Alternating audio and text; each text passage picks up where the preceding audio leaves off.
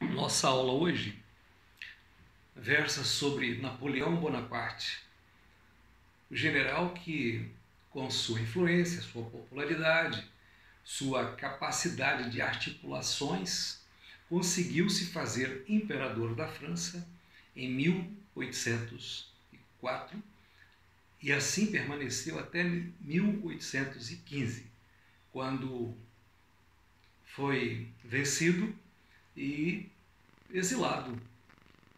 Conseguiu sair do seu exílio, da sua prisão na ilha de Elba em 1815, por 100 dias retomou seu poder, mas finalmente foi derrotado por uma coligação de nações e caiu nas mãos, ou se entregou, ou foi preso nas mãos dos ingleses, e daí ele foi condenado a viver o resto dos seus dias na ilha de Santa Helena, uma ilha bem distante da Europa, mais próxima da África do que da Europa.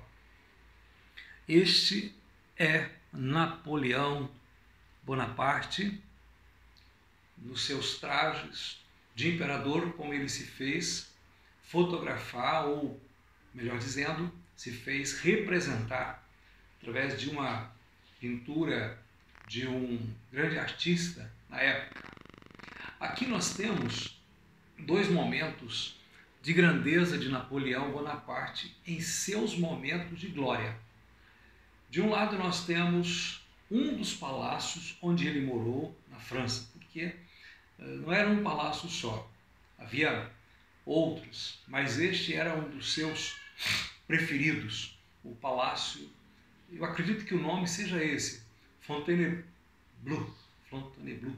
E o outro é o famosíssimo Arco do Triunfo, talvez inspirado em um imperador romano, grandioso, a subir até o ponto máximo desse monumento, dá para ter uma grande vista de um bom pedaço da França, de Paris, melhor dizendo.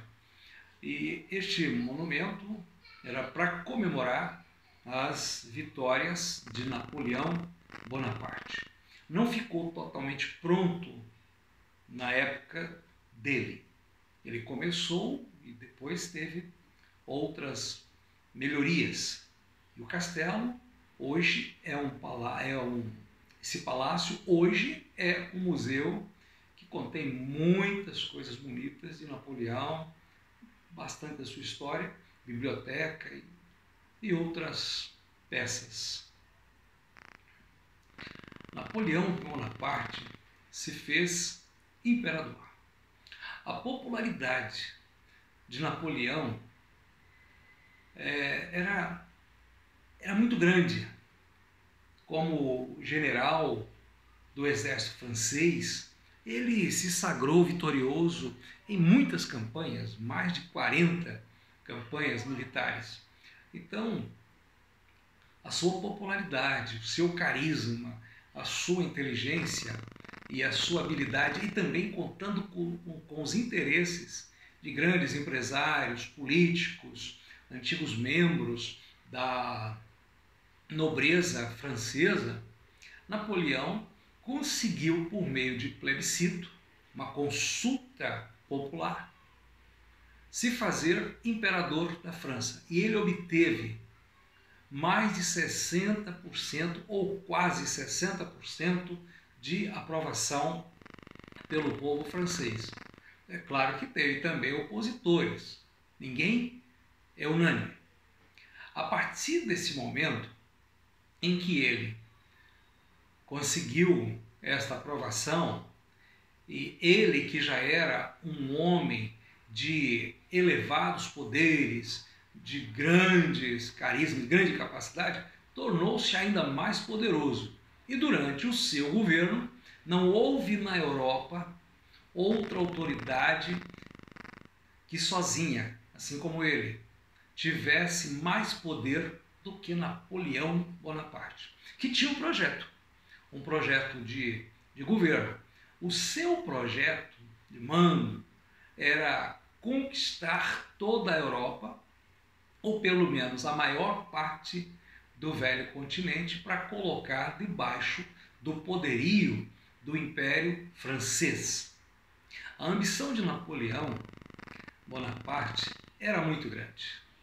E tudo ele fez através de conquistas militares e estratégias políticas para conseguir seu alvo, embora tenha também sofrido reveses, sofrido derrotas posteriormente.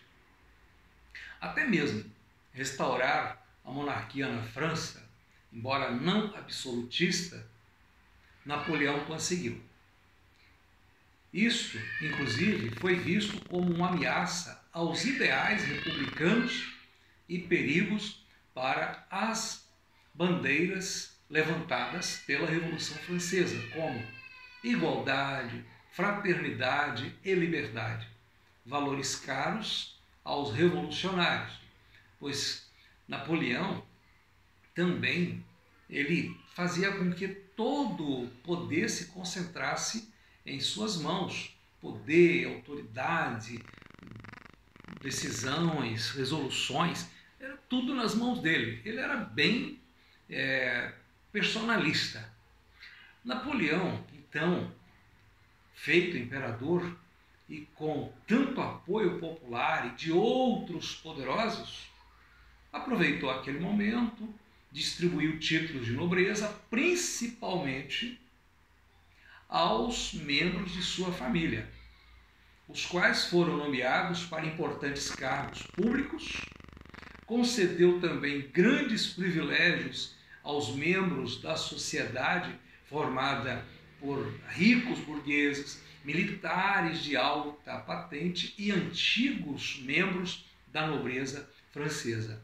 Os irmãos de Napoleão, sua família foi muito favorecida mesmo com a sua administração, porque eram pessoas de sua confiança e ele era um homem muito ressabiado, muito desconfiado. Ainda, Napoleão conseguiu fazer acordos com o Papa, aproximando-se da Igreja Católica, algo que ele já havia demonstrado ao autocoroar-se imperador na presença do Papa, que quem mandava na França era ele, e a Igreja não tinha esse poder sonhado sob o governo dele.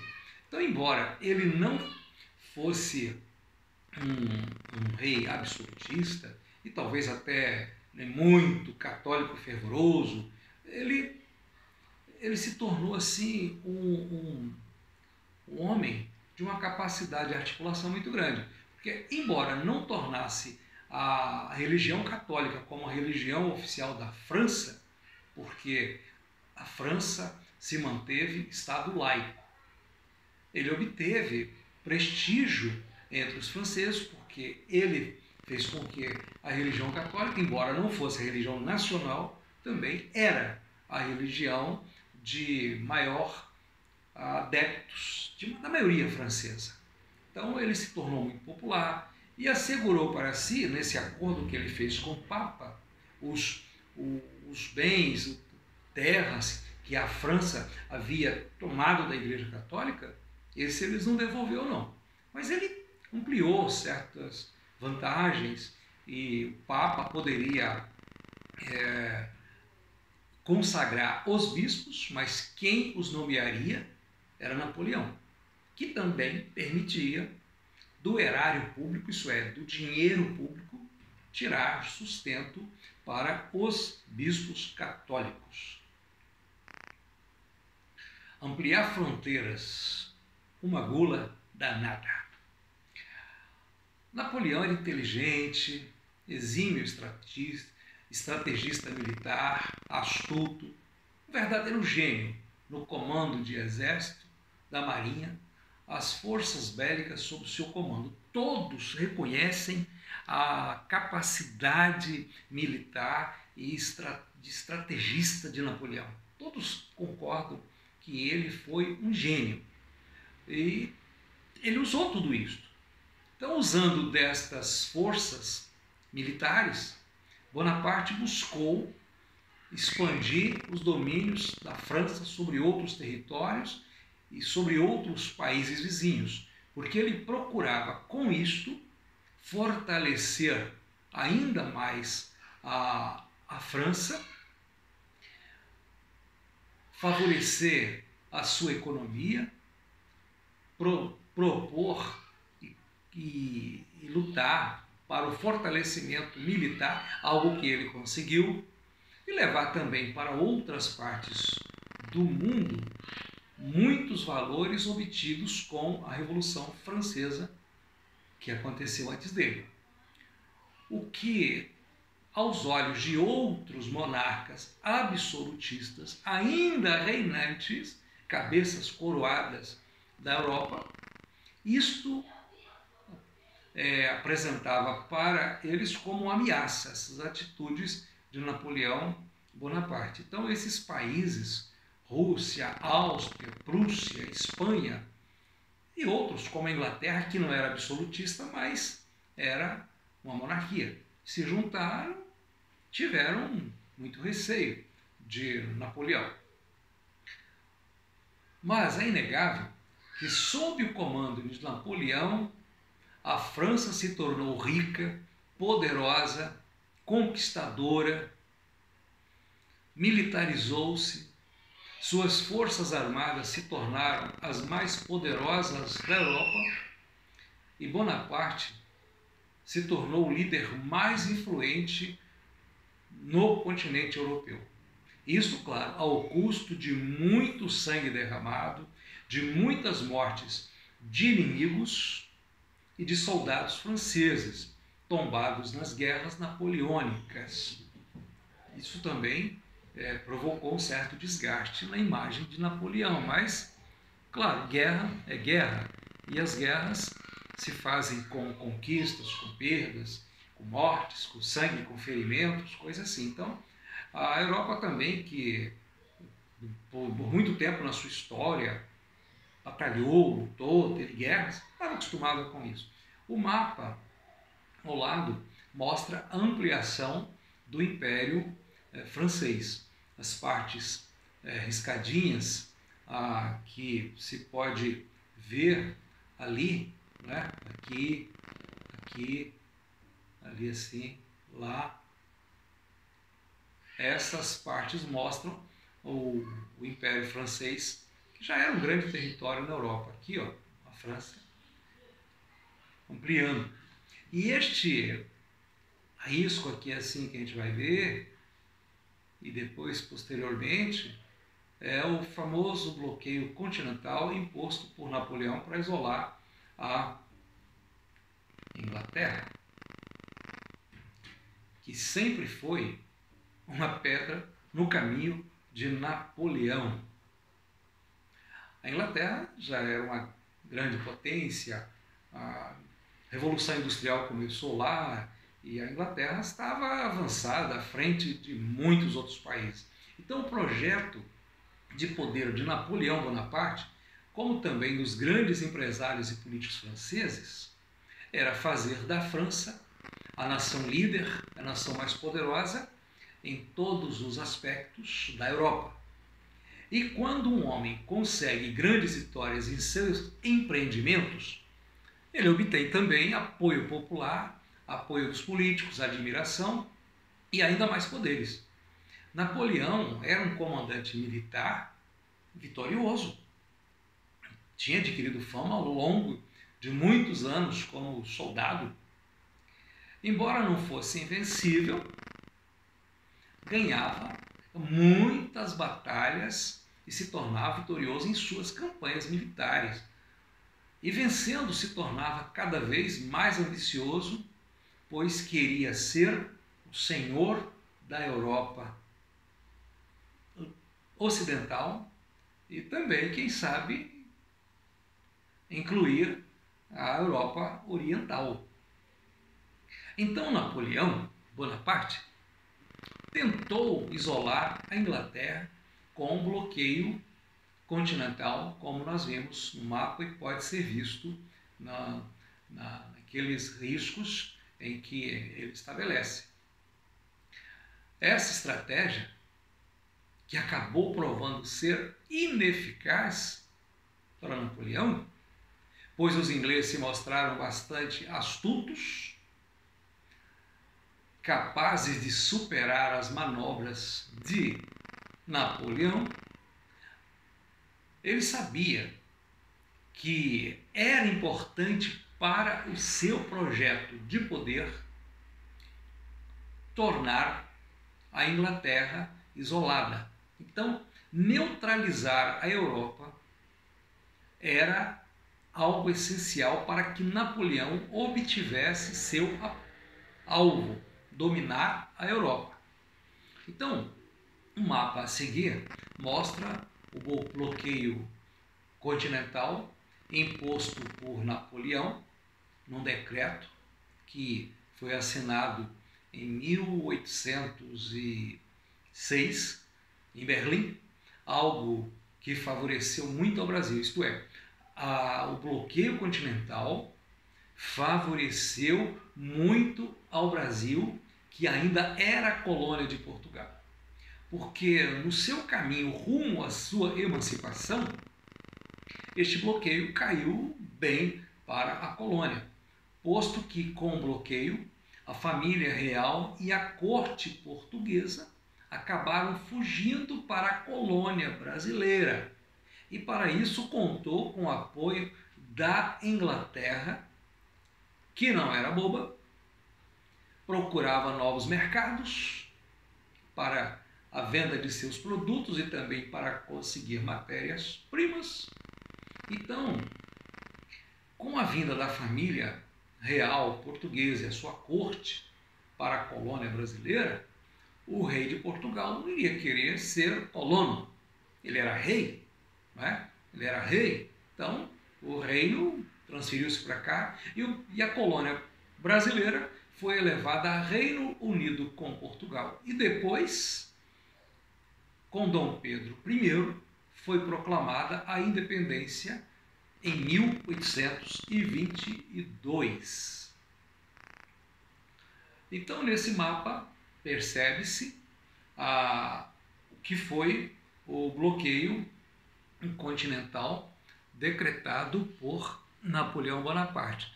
Então, esse mapa mostra a Europa em 1812, que foi o apogeu do Império Napoleônico. E esse plano de Napoleão para anular a Inglaterra, algo que não deu certo, foi estabelecido ali em 1806. Então, percebe-se esse risco, que é o bloqueio continental, para isolar a Inglaterra ou o Reino Unido. Inglaterra, Escócia, País de Gales estavam ali. A França aqui. Mas para chegar lá, era preciso vencer isso aqui, ó, mar. Inglaterra é uma ilha. Napoleão tinha também, de fato, uma grande frota, uma grande marinha, mas a marinha inglesa já havia provado que era poderosa. Então, Napoleão tentava dominar tudo isso. Mas aqui também está um grande império. O Império da Rússia, dos czares, os tsares. E este império, com esse aqui australiano, vai dar muito trabalho para Napoleão e vai impedi-lo de conseguir seus intentos, porque eles não vão deixar barato, não. Eles vão lutar contra Napoleão. Vamos deixar Napoleão se impor sobre nós? Esta, com certeza, deve ter sido a questão levantada pelos imperadores, as cabeças coroadas dos outros impérios que estavam ali sofrendo com o bloqueio de Napoleão Bonaparte. Então, podemos ver que esse pessoal vai se unir. O plano de Napoleão com bloqueio continental era, como já falamos, anular, tirar da jogada, impedir que a Inglaterra se tornasse ainda mais forte. Então, impedir o fortalecimento da Inglaterra como uma nação poderosa, já com a sua marinha e seu poder, sua capacidade de resistir, como isso era muito grande, então Napoleão quis fazer isso, bloquear a Inglaterra. E se a Inglaterra ficasse realmente bloqueada, completamente isolada, nada poderia sair nem entrar para a Inglaterra. Ou seja, a Inglaterra não poderia fazer comércio com o mercado europeu,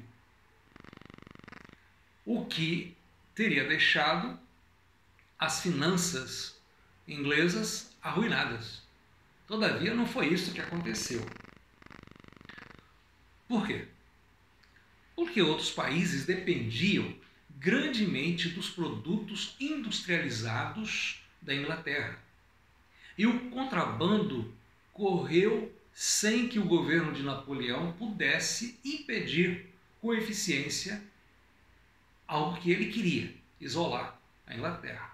Mas a capacidade de fazer trambiques, de fazer contrabando e de encontrar outros caminhos, os ingleses conheciam muito bem esses caminhos.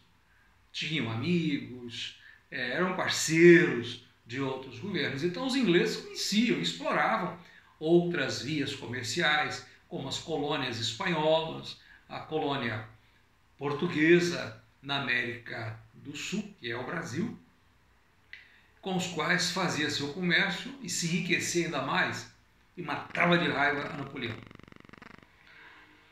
Aos países que se opunham a Napoleão, este os invadia. Fazia-lhes guerra, matava muita gente e anexava seus territórios ao Império Francês. Algo que ele já estava fazendo, já procedia dessa maneira desde 1805, com o objetivo de se tornar o senhor absoluto da Europa. Aliás, a história está cheia de pessoas poderosas que querem se tornar senhoras do mundo.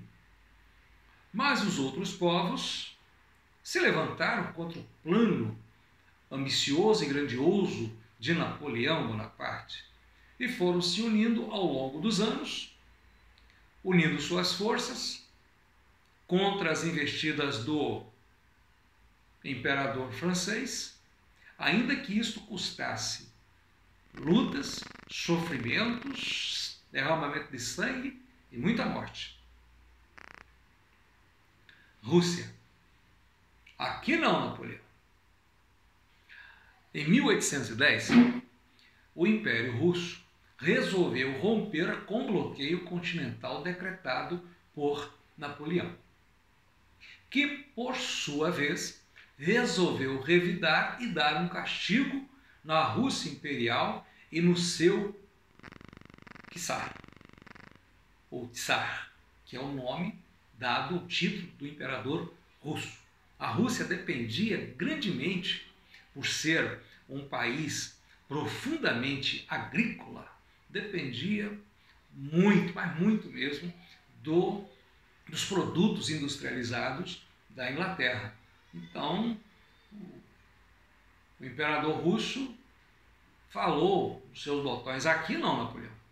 Estamos cansados dessa sua mania de grandeza. Mas desafiar Napoleão era também algo muito perigoso. Assim, resoluto, disposto, estrategista dos bons, Napoleão organizou um exército enorme que contava com mais de 500.000 soldados, alguns falam até em 600.000 soldados, e invadiu a Rússia, chegando até Moscou.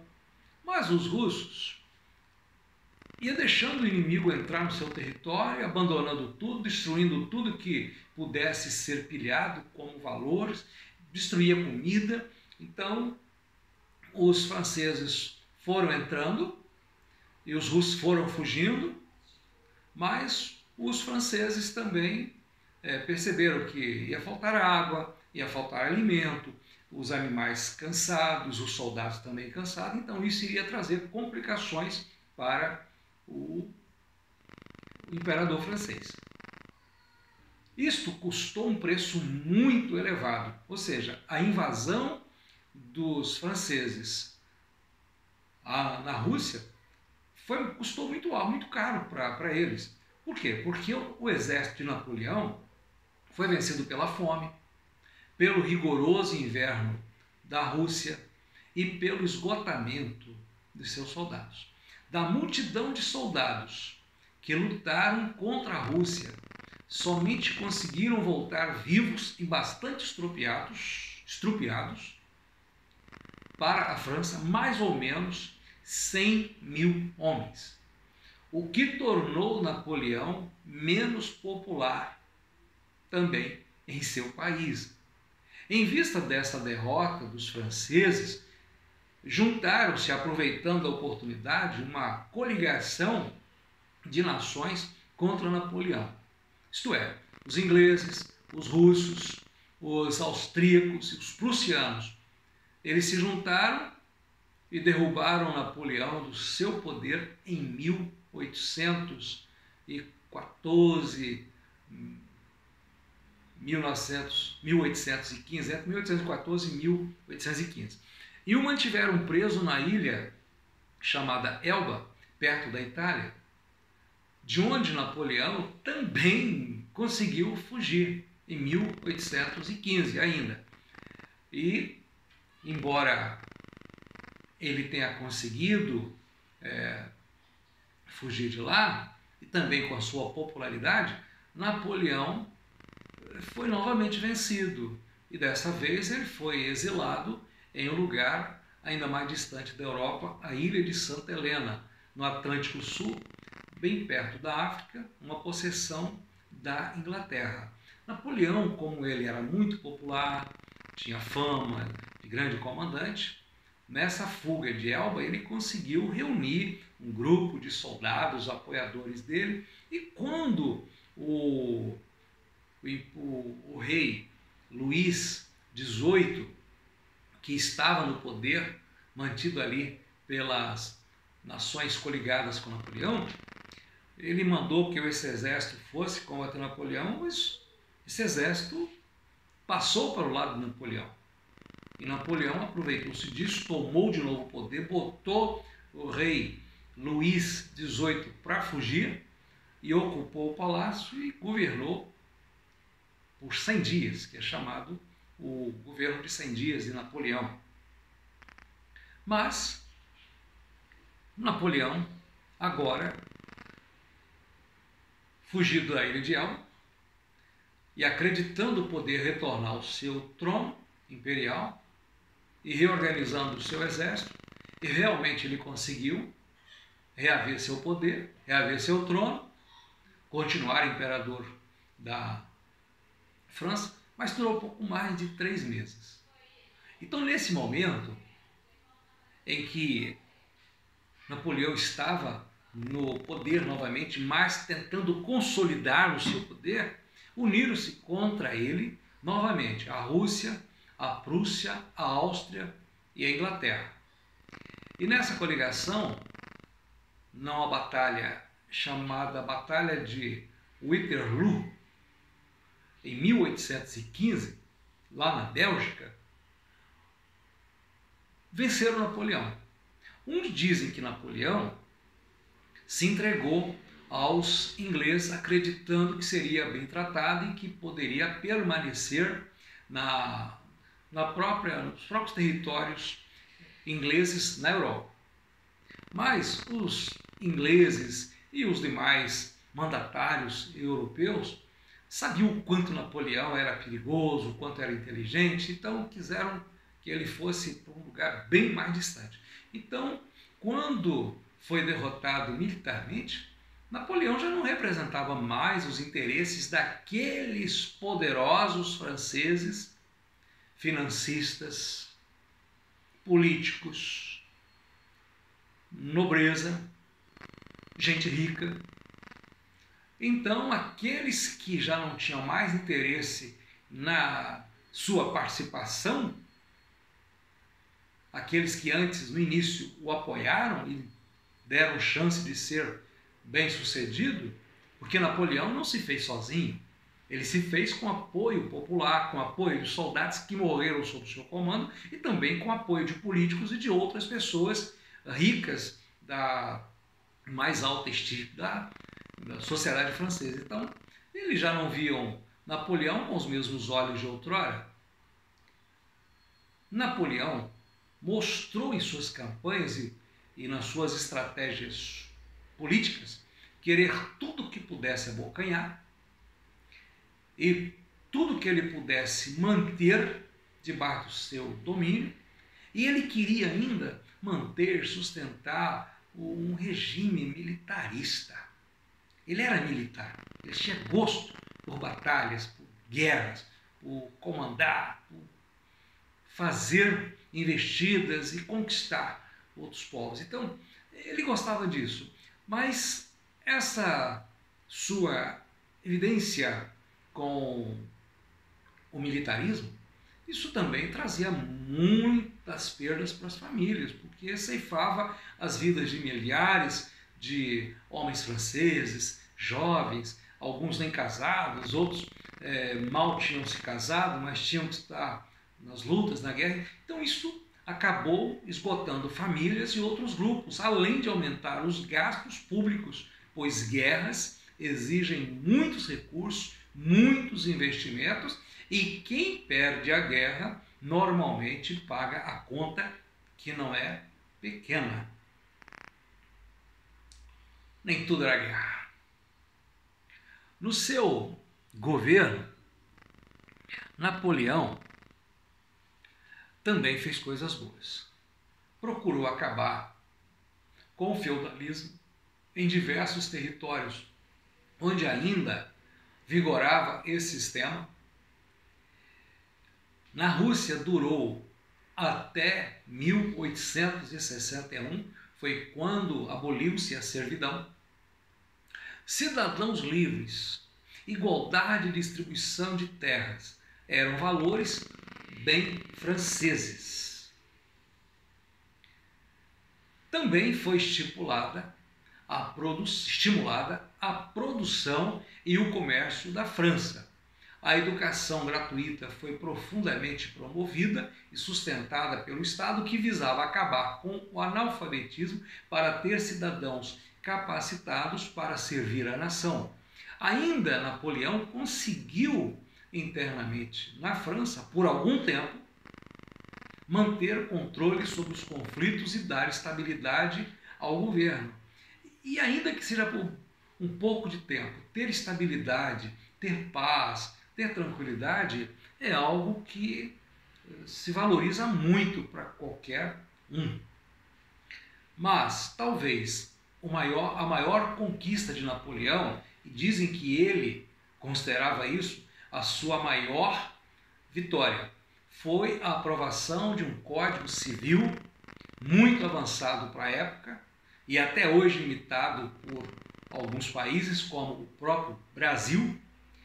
Este código acabou levando o nome de Código Napoleônico ou Código de Napoleão, que, entre outras coisas, reafirmava valores e conquistas da Revolução Francesa, como a igualdade perante a lei, o direito e respeito à propriedade privada, reforma agrária e distribuição de terras para os camponeses desprovidos dela, liberdade individual, que era um dos valores grandiosos do iluminismo e do liberalismo. Também estabeleceu uma novidade muito grande para a França e também para diversos outros países que imitaram isso de Napoleão, o casamento. Este passou a ser separado do religioso. Então, casamento é o civil. O religioso fica por conta da crença, da fé dos nubentes, das famílias.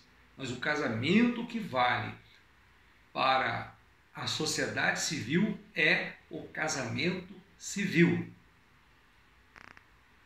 A última moradia de Napoleão. Nós vimos que Napoleão morou num palácio grandioso em Paris.